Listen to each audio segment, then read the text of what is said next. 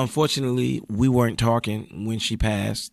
She wasn't talking to Timberland, or I think her and Missy fell out as well. Oh But wow. we still had love. Everyone was still loving and Yeah. all that. But it's just the business, and when you're young, people can separate you, Yeah. and you don't know how or why. You just are.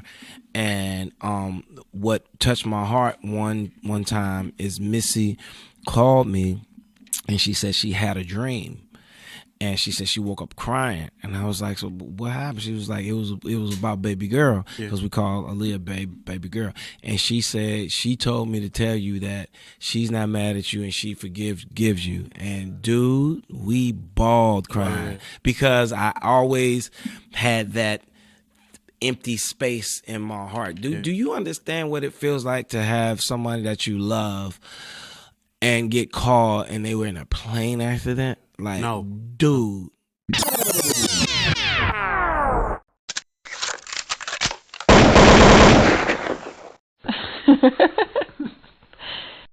The crazy part in watching so many individuals be allowed to destroy two legacies and expose the levels of corruption these prosecutors were willing to go through in order to facilitate all of these stories that have plagued the industry about Robert Kelly and Aaliyah that nobody gave a damn about while she was alive, but somehow in all of the information that has been plastered on these platforms, people will overlook the shady business that I would look at as RICO as we talk about this janky ass RICO enterprise the prosecutors tried to paint when it came to Robert Kelly.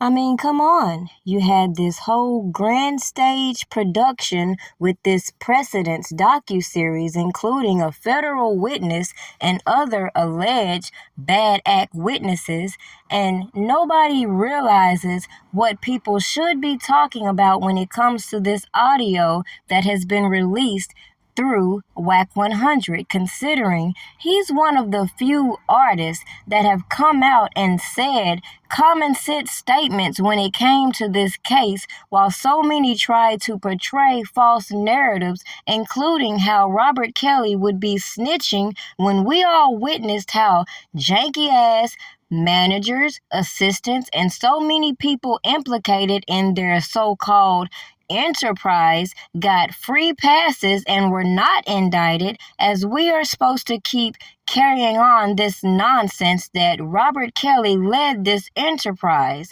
when, as they said in the documentary, all of these bosses were behind the scenes. And it's very interesting people wanted to stay behind the scenes until the clout chase came too real. Now, every Tom, Dick, and Harry coming out with these R. Kelly interviews when common sense should be, why is it the media don't want to give this man a voice? Why were all these janky-ass characters brought to YouTube and social media to facilitate a lot of these narratives that came back to bite Robert Kelly in the butt?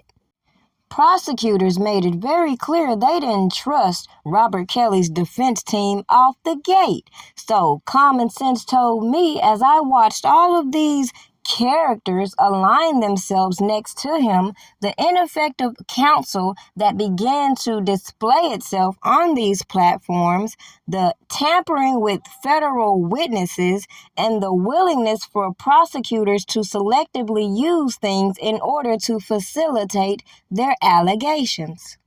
So from my perspective, it doesn't take the audio from Wack 100 or none of the other people we've heard audio from, considering many of us have witnessed the very things that R. Kelly himself spoke on, in which he had no idea the magnitude of janky shit going on around his legal counsel and his case.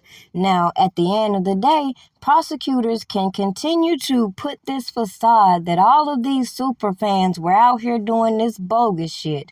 But if you ask me, as I said, it don't take a genius to recognize that the people working for him were doing the most themselves. So the facts that they weren't doing their jobs and getting certain things thrown out of the court as they put so much energy in these janky-ass docuseries featuring some of these janky-ass superfans.